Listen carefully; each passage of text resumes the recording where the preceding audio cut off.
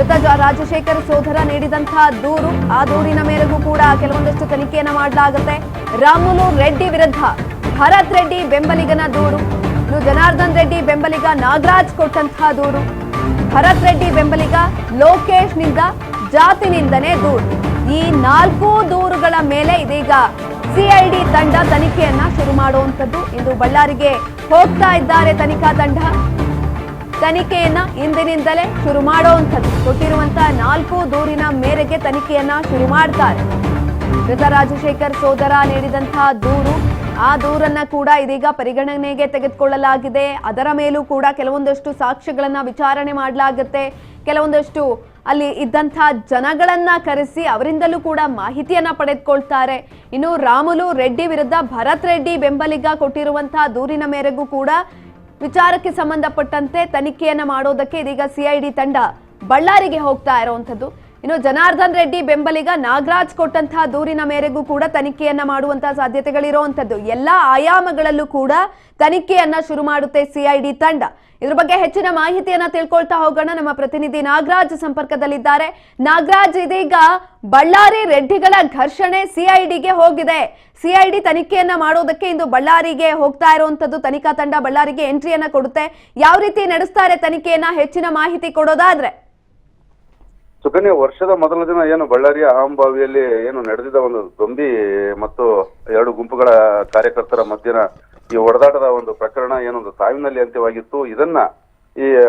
ಇದಕ್ಕೆ ಸಂಬಂಧಪಟ್ಟಂತೆ 6 ಕ್ರಿಮಿನಲ್ ಪ್ರಕರಣಗಳನ್ನ ಬಳ್ಳಾರಿಯ ಬ್ರೂಸ್ಪೇಟೆ ಪೊಲೀಸ್ ಠಾಣೆಯಲ್ಲಿ ದಾಖಲು ಮಾಡಲಾಗಿತ್ತು. ಇದಕ್ಕೆ ಸಂಬಂಧಪಟ್ಟಂತೆ ಯಾಕಂತಂದ್ರೆ ಈಗಾಗಲೇ ಬಳ್ಳಾರಿಯ ಪೊಲೀಸ್ ಅಧಿಕಾರಿಗಳ ಮೇಲೆ ಆರೋಪ ಪ್ರತ್ಯಾರೋಪಗಳನ್ನ ಮಾಡ್ತಾ ಇರೋದ್ರಿಂದ ಇದನ್ನ ಮನಗಂಡಂತ ಸರ್ಕಾರ, ಯಾಕಂದ್ರೆ ಒಂದು ಕಡೆ ಬಿಜೆಪಿಯವರು ಸಿಬಿಐಗೆ ಮತ್ತೆ ಮ್ಯಾಜಿಸ್ಟ್ರಿಯಲ್ ಎನ್ಕ್ವೈರಿಗೆ ಅವರು ಆಗ್ರಹ ಮಾಡ್ತಾ ಇರೋದ್ರಿಂದ ಎಚ್ಚೆತ್ತಂತ ಸರ್ಕಾರ ಇದರ ಮುಂದೆ ಆಗ್ತಕ್ಕಂಥ ಅನಾಹುತವನ್ನ ತಡೆಗಟ್ಟಲಿಕ್ಕಾಗಿ ಈಗ ಪ್ರಕರಣವನ್ನ ಉನ್ನತ ಮಟ್ಟದ ತನಿಖೆಗಾಗಿ ಅಪರಾಧ ತನಿಖಾ ದಳಕ್ಕೆ ಸಿಐಡಿಗೆ ವರ್ಗಾಯಿಸಿದ್ದಾರೆ. ಇವತ್ತು ಬ್ರೂಸ್ಪೇಟೆ ಪೊಲೀಸ್ ಠಾಣೆಯಲ್ಲಿ ದಾಖಲಾಗಿದ್ದ 1, 4 ಹಾಗೆ 5ನೇ ಕೇಸ್ನ ಈ ಪ್ರಕರಣಗಳ ಸಂಬಂಧಿಸಿದ ಸಂಪೂರ್ಣ ದಾಖಲೆಗಳನ್ನ ಸಂಬಂಧಪಟ್ಟಂತ ತನಿಖಾ ಅಧಿಕಾರಿಗಳಿಗೆ ಹಸ್ತಾಂತರ ನಡೆಸಬೇಕು ಅಂತ ಹೇಳಿ ಈಗಾಗಲೇ ಬಳ್ಳಾರಿ ಜಿಲ್ಲಾ ಪೊಲೀಸ್ ವರಿಷ್ಠಾಧಿಕಾರಿಗಳಿಗೆ ಪೊಲೀಸ್ ಇಲಾಖೆಯ ಮಹಾನಿರ್ದೇಶಕರು ಒಂದು ನಿರ್ದೇಶನವನ್ನ ನೀಡಿರ್ತಕ್ಕಂಥದ್ದು.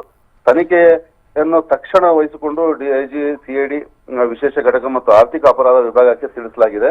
ತನಿಖೆ ಪೂರ್ಣಗೊಂಡ ನಂತರ ಪೊಲೀಸ್ ಪ್ರಧಾನ ಕಚೇರಿಗೆ ವಿವರವಾದಂತ ವರದಿಯನ್ನು ಸಲ್ಲಿಸಲು ಈ ಒಂದು ಆದೇಶದಲ್ಲಿ ಸೂಚಿಸಲಾಗಿದೆ. ಹಾಗಾಗಿ ಇವತ್ತಿನಿಂದನೇ ತಕ್ಷಣಕ್ಕೆ ಈ ಏನು 3 ಪ್ರಕರಣಗಳಿದಾವೆ, ಈ 3 ಪ್ರಕರಣಗಳ ಸಂಪೂರ್ಣ ಒಂದು ತನಿಖಾ ವರದಿ ಏನಿದೆ ಅದು 1 ಮತ್ತು 4 ಹಾಗೂ 5ನೇ ಪ್ರಕರಣದ ತನಿಖಾ ವರದಿಯನ್ನ ಸಂಪೂರ್ಣವಾಗಿ ತೆಗೆದುಕೊಂಡು ಹೋಗಿ ಮಹಾನಿರ್ದೇಶಕ ಸಿಐಡಿಗೆ ಇವರು ವರ್ಗಾಯಿಸತಕ್ಕಂಥದ್ದು. ಅದಾದ ನಂತರ ಈಗ ಸಿಐಡಿ ತಂಡ ಬಳ್ಳಾರಿ ಗಣಿನಾಡಿಗೆ ಇಳಿದು ಕೂಲಂಕುಷವಾದಂತ ತನಿಖೆಗಳನ್ನ ಮಾಡ್ಲಿತ್ತೆ. ಮತ್ತೆ ಈ ಒಂದು ಪ್ರಕರಣ ಯಾವ ತಿರುವನ್ನ ಪಡೆದುಕೊಳ್ಳುತ್ತೆ ಅಂತದನ್ನ ನೋಡ್ಬೇಕು. ಈಗಾಗಲೇ ಗಣಿರೆಡ್ಡಿ ಮತ್ತೆ ಶ್ರೀರಾಮುಲು ಅವರು ಮುಂಚಿತವಾಗಿಯೇ ಪ್ರೆಸ್ ಮೀಟ್ಗಳಲ್ಲಿ ಹಲವಾರು ಬಾರಿ ಈಗಾಗಲೇ ಹೇಳ್ಬಿಟ್ಟಿದ್ರು. ಅವರು ಈ ಒಂದು ಪ್ರಕರಣವನ್ನ ಇವರು ಹಳ್ಳ ಹಿಡಿಸ್ತಾರೆ, ಇವರು ಸಿಐಡಿ ತನಿಖೆಗೆ ಕೊಡ್ತಾರೆ, ಸಿಐಡಿ ತನಿಖೆ ಸರ್ಕಾರದ ಕೈಯಲ್ಲೇ ಇರೋದ್ರಿಂದ ಈ ಒಂದು ಪ್ರಕರಣ ಮುಚ್ಚಿ ಹಾಕ್ತಾರೆ ಅಂತೇಳಿ ಅವರು ಸಾರಿ ಕೂಗಿ ಹೇಳಿದ್ರು. ಈಗ ಅದೇ ರೀತಿ ಅವರು ಹೇಳಿದಂತ ಭವಿಷ್ಯ ನಿಜ ಆಗಿದೆ. ಸರ್ಕಾರ ಈಗ ಸಿಐಡಿಗೆ ಈ ಒಂದು ಪ್ರಕರಣ ಹಸ್ತಾಂತರಿಸಿರೋದು. ಯಾವ ಹಂತದಲ್ಲಿ ಯಾವ ಮಟ್ಟದಲ್ಲಿ ಇದು ಒಂದು ತನಿಖೆ ಆಗುತ್ತೆ ಅನ್ನತಕ್ಕಂಥದ್ದನ್ನ ಕಾದ್ ನೋಡ್ಬೇಕಾಗಿದೆ ಸುಕನ್ಯಾ. ನಾಗರಾಜ್, ಎಲ್ಲ ಒಂದ್ ಕಡೆ ಸಿಐಡಿ ಇಷ್ಟು ದಿನಗಳ ಕಾಲ ತೆಗೆದುಕೊಂಡಿರುವಂತಹ ಅಷ್ಟೂ ಕೇಸ್ಗಳನ್ನ ತುಂಬಾ ಅಚ್ಚುಕಟ್ಟಾಗಿ ಪಾರದರ್ಶಕತೆಯಿಂದ ಮಾಡಿರುವಂತದ್ದು, ಯಾವುದೇ ರೀತಿಯಾದಂತಹ ತೊಂದರೆಗಳಾಗಿಲ್ಲ. ಇವಾಗ ಫಾರ್ ಎಕ್ಸಾಂಪಲ್ ನಾವು ನೋಡೋದಾದ್ರೆ ಬಿಟ್ಕಾಯಿನ್ ಆಗಿರ್ಬೋದು, ಬಿಕ್ಲು ಶಿವ ಕೊಲೆ ಕೇಸ್ ಆಗಿರ್ಬೋದು, ಎಲ್ಲವನ್ನ ಕೂಡ ತುಂಬಾ ಚೆನ್ನಾಗಿ ಮಾಡ್ಕೊಂಡು ಬಂದಿದೆ. ಇದೀಗ ಬಳ್ಳಾರಿಯಲ್ಲಿ ಆಗಿರುವಂತಹ ಈ ರೆಡ್ಡಿಗಳ ಘರ್ಷಣೆಗೂ ಕೂಡ ಮುಕ್ತಿಯನ್ನ ಕೊಡುವಂತ ಸಾಧ್ಯತೆಗಳಿದ್ಯಾ? ಯಾಕಂತಂದ್ರೆ ಅವರ ಮೇಲೆ ಅಷ್ಟು ನಂಬಿಕೆ ಇದೆ ಸಿಐಡಿ ಮೇಲೆ ಇದೀಗ. ಖಂಡಿತವಾಗಿಯೂ ಸುಕನ್ಯಾ, ಯಾಕಂತಂದ್ರೆ ಕರ್ನಾಟಕದ ಪೊಲೀಸರಿಗೆ ಇಡೀ ದೇಶದಲ್ಲೇನೆ ಒಂದು ಬಹಳ ಉತ್ತಮ ಮಟ್ಟದ ಒಂದು ಹೆಸರಿರ್ತಕ್ಕಂಥದ್ದು.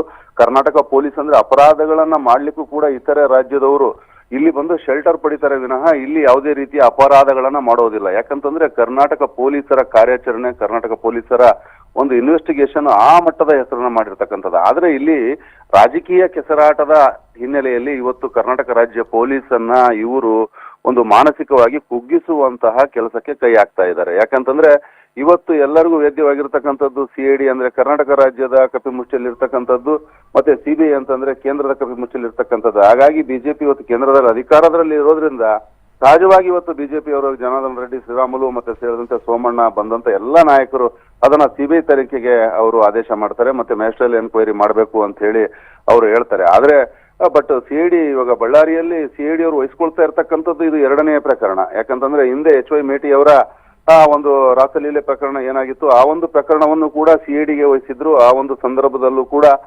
ಸಿಐಡಿ ತನಿಖೆಯನ್ನ ನಡೆಸಿದ್ರು.